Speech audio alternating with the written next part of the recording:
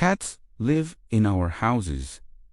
They sleep on our beds. They walk across our keyboards like they own the place. They stare at us from dark corners. They knock things off tables for no obvious reason. And then, 5 minutes later, they curl up beside us like tiny, soft little roommates.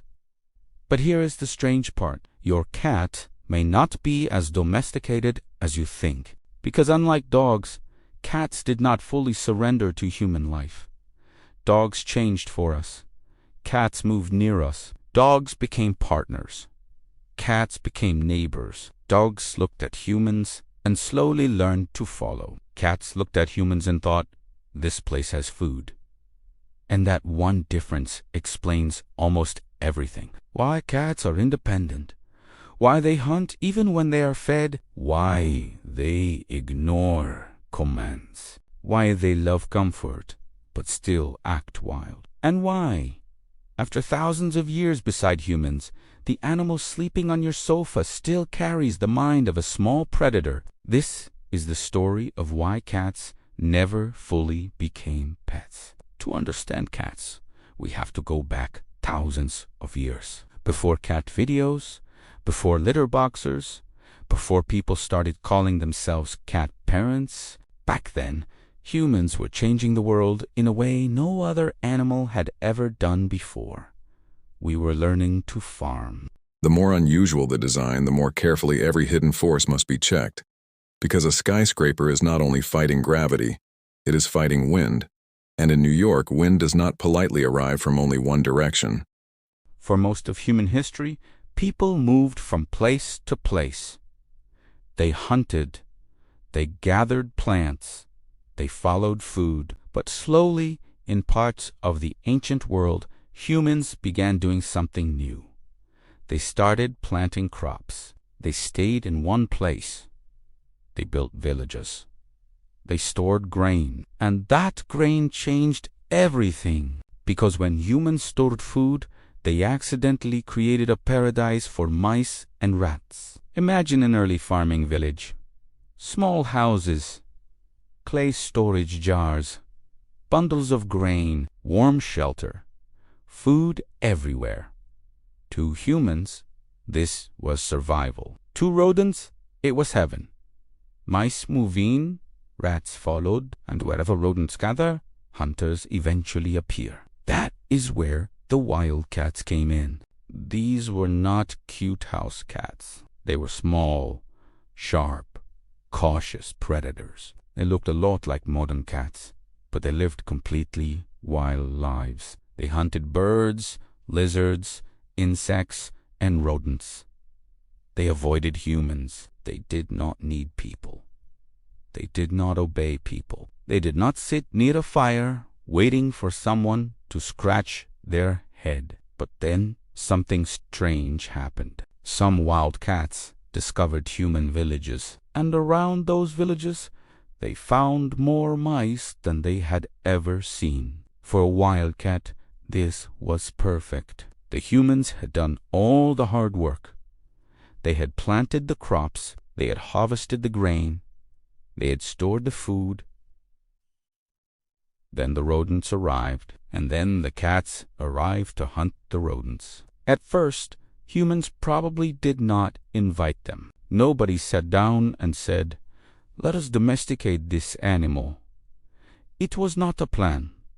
It was an accident. The cats came because of the mice. The humans tolerated the cats because they killed the mice. And that simple exchange created one of the strangest relationships in animal history. The cat got food, the human got pest control. Nobody signed a deal. Nobody gave commands. Nobody trained the cat. It was more like an agreement from a distance. You stay over there. You eat the mice. Do not cause too much trouble, and maybe we will let you stay. This is one reason cats are so different from dogs. Dogs came from wolves, and wolf domestication likely began around human camps during the Ice Age. Wolves that were less fearful and less aggressive could move closer to humans and eat scraps. Over many generations, the friendlier wolves survived better near people. Eventually, they became dogs. But wolves are social animals.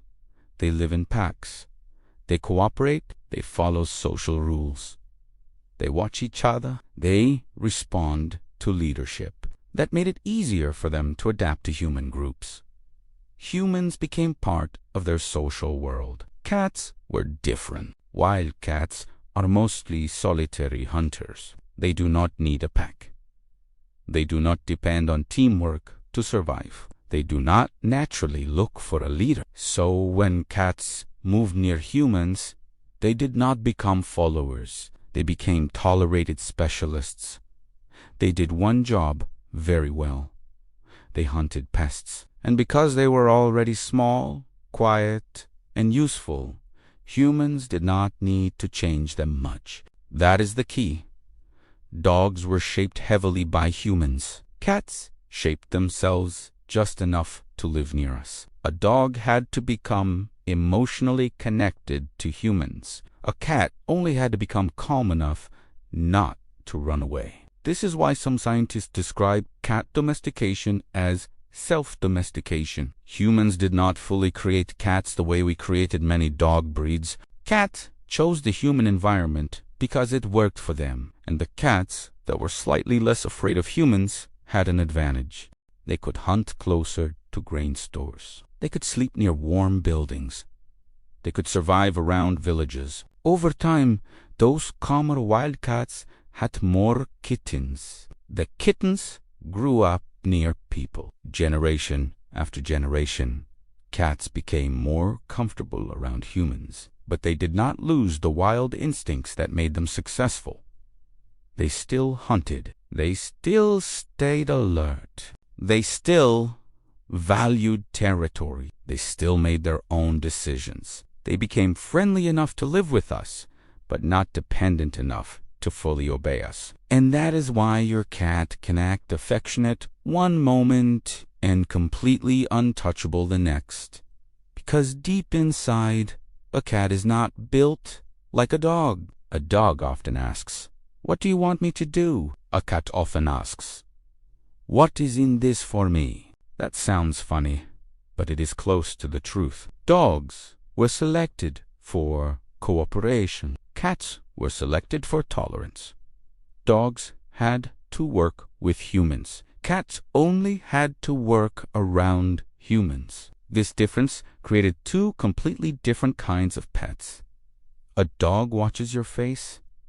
A cat watches the room. A dog may wait for a command. A cat may decide whether your command is worth hearing. A dog often wants approval. A cat wants control of its space. That does not mean cats do not love people. They can form real bonds. They recognize voices. They learn routines. They seek comfort.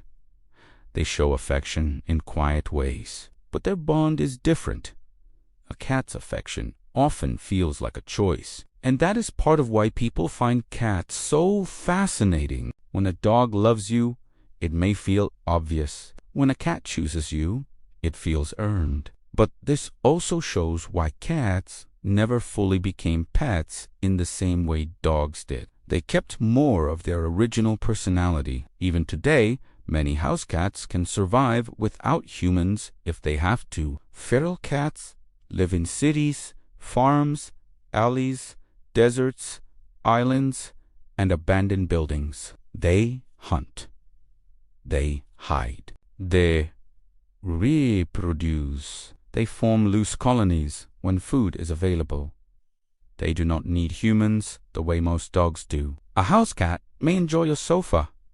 It may enjoy your food. It may enjoy your attention. But under the right conditions, that same animal can still become a capable wild hunter. That is not normal for most domesticated animals. A cow cannot simply return to the wild and behave like an ancient ancestor. Many dog breeds would struggle badly without humans. But cats still carry a survival system that works. Their bodies are still built for hunting.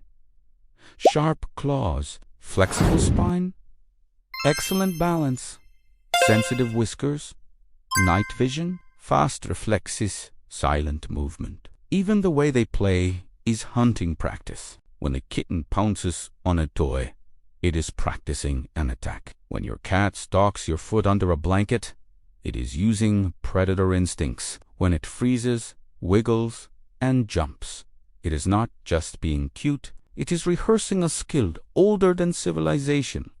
That is why indoor cats still chase insects. That is why well-fed cats still hunt birds or mice. Hunger is not the only reason cats hunt. The hunting instinct is built into them. Feeding a cat does not erase the predator.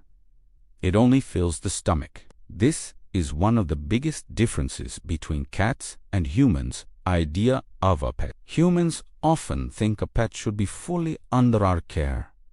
We feed it, we protect it, we teach it, we control its environment. But cats never completely accepted that arrangement. They accepted the food. They accepted the shelter.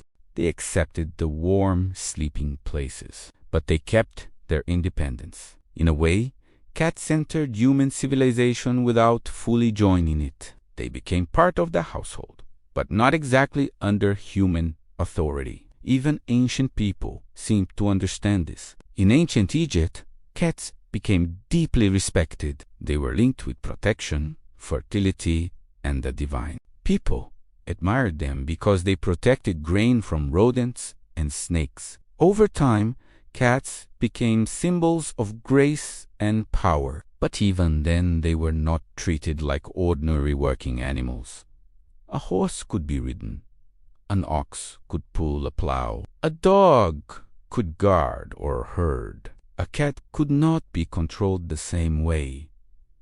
A cat was useful but mysterious, helpful but independent, close to humans but never fully owned in spirit. That image has followed cats for thousands of years. In some cultures, they were sacred. In others, they were feared. Sometimes, they were seen as protectors. Sometimes, they were connected to superstition. But almost everywhere, cats carried a strange reputation. They were not simply animals. They were watchers.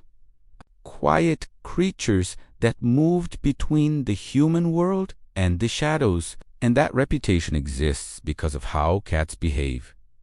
They do not perform loyalty the way dogs do. They do not need constant approval. They can be affectionate without being obedient.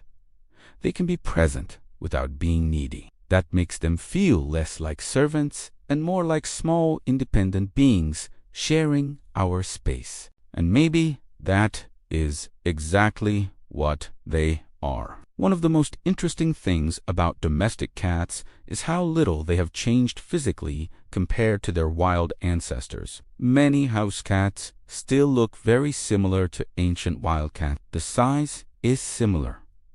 The body shape is similar. The hunting style is similar. Even the basic behavior is similar. Compare that to dogs. Dogs come in extreme shapes and sizes. Tiny dogs, giant dogs, flat-faced dogs, long-legged dogs, curly-coated dogs, hairless dogs, dogs bred for herding, guarding, hunting, pulling, tracking, and companionship. Humans reshaped dogs dramatically. But cats, for most of their history with us, we barely reshaped them at all. Most cat breeds are actually very recent compared to the long history of cats living near humans. For thousands of years, cats were not bred carefully for specific jobs. They mostly bred with each other. They followed their own instincts. They selected themselves for life around humans. This is why the average cat still feels so close to nature. It is not just your imagination. The domestic cat is still very near its wild design, and that design is powerful. Cats are not built to ask permission. They are built to notice movement. They are built to protect territory. They are built to climb, hide, stalk, and strike. They are built to survive alone. So when people say, cats are stubborn, that may not be the right word. They are not refusing to be dogs. They were never meant to be dogs. They come from a completely different path. Their independence is not a flaw. It is their history showing through. This also explains why cats can be difficult to train. Cats can learn. They are intelligent. They can understand patterns. They can recognize sounds. They can be trained with rewards. But they are not naturally motivated by human approval in the same way many dogs are. A dog may do something because it wants to please you. A cat is more likely to do something because it benefits the cat. Food, play, comfort, access, curiosity. That does not mean cats are less smart. In fact, their intelligence is often more selective. They learn what matters to them. They know when you wake up. They know when food is served. They know the sound of a cupboard opening. They know which human is more likely to give treats. They know how to get attention. They know how to train you. And yes, in many homes, the cat may be training the human more than the human is training the cat. A cat meows. The human opens the door. A cat scratches. The human gets up. A cat sits by the bowl. The human feeds it. A cat knocks something off a shelf. The human reacts immediately. From the cat's point of view, this is very effective communication. And here is something even stranger. Adult cats do not usually meow at each other the way they meow at humans. Kittens meow to their mothers. But adult cats mostly use body language, scent, and other sounds with each other. The frequent meowing many house cats use is often directed at people. That means cats developed a special way to communicate with us, not because they became fully obedient, but because they learned how to get results. They learned that humans respond to sound, so they use sound. In other words, cats adapted to humans without giving up control. That may be the perfect summary of cat domestication. They changed enough to live with us, but not enough to become fully ours. This is why a cat can seem loving and wild at the same time. It can rub against your leg, then ignore you. It can sleep on your chest, then bite your hand when overstepped. It can beg for attention, then walk away the moment you give it. To humans, this can feel confusing. To a cat, it makes perfect sense. Cats are balancing trust with independence. They enjoy social contact, but they also guard personal space. They can bond deeply, but they still want control over when and how interaction happens. That is not random behavior. It is the behavior of an animal that was never fully absorbed into human command. A cat does not see you exactly as a master. It may see you as family. It may see you as safety. It may see you as a source of food. It may see you as part of its territory. But it probably does not see you the way a dog sees a pack leader.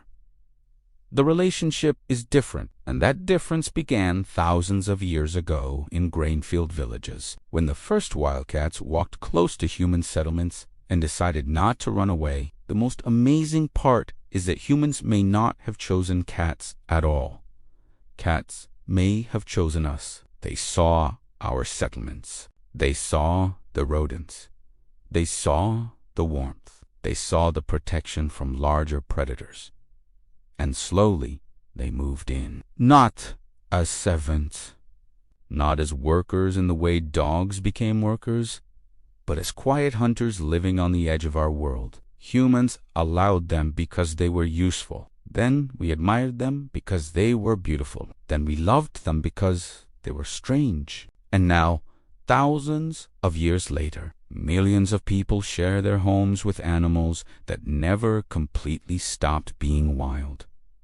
That is the secret of the cat. It is both domestic and not domestic, both companion and hunter, both soft and dangerous, both familiar and mysterious. A dog may represent what happens when humans reshape an animal. A cat represents what happens when an animal decides human civilization is useful and moves in on its own terms. That is why cats never fully became pets, because they never had to. They were already good at being cats. They did not need to become loyal hunters beside humans. They did not need to pull sleds, guard camps, herd sheep, or follow commands. They simply had to be tolerant. And they were, because they solved a problem humans had created. We stored grain, rodents came, cats followed, and one of the most unusual partnerships in history began. But it was never a complete surrender. Even today, when your cat sits in a sunny window, it is watching. When it flicks its tail, it is calculating. When it hears a tiny sound in the wall, its whole body becomes alert. When it crouches before pouncing on a toy, you are seeing an ancient hunter still alive inside a modern home. Your cat may have a name. It may have a collar. It may have a favorite blanket.